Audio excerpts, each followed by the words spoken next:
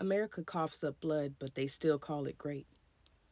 A country wheezing through the cracks in its own foundation, its breath rank with the stench of empire, of stolen land, stolen labor, and stolen futures.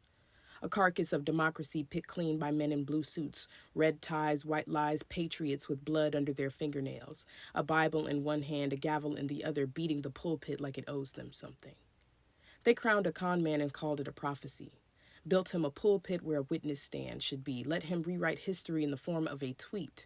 Turn the truth into a whisper drowned beneath the sound of tear gas canisters hissing against the pavement. I have watched this country chew up men like my father. Spit them out in handcuffs or coffins, call it justice, call it order, call it anything but what it is.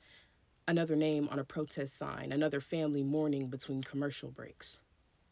I've watched my sisters turn their bodies into battlegrounds, watched lawmakers pass sentences on our wombs, declare ownership over the spaces they will never have to carry.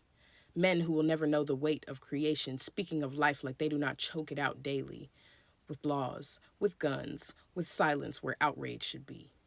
And still, they tell me to pledge allegiance, to stand tall while the anthem chokes on its own hypocrisy, to love a country that has never loved me back, to trust the hands that built prisons faster than schools, poured lead into the water and called it a mistake, stole babies from their mother's arms and swaddled them in aluminum blankets. The Statue of Liberty holds a torch but does not light the way. Justice holds scales but never balances the weight. The White House is white for a reason. It has never known the color of accountability. But do not mistake my rage for ruin. Do not confuse my grief with surrender. We are not made of the brittle bones of broken systems. We have been forged in the fires of every fight our ancestors won, our backs unbowed beneath the weight of centuries, our hands still building where they have tried to burn us down. They silence the fighters, but we speak in a language they cannot erase. A dialect of raised fists and unbowed heads, of knees on pavement and names turned into battle cries, of poets carving truth into the walls before they paint over it in propaganda. I am black and woman, both wound and weapon, a country unto myself. I was not promised freedom, but I was born knowing how to take it.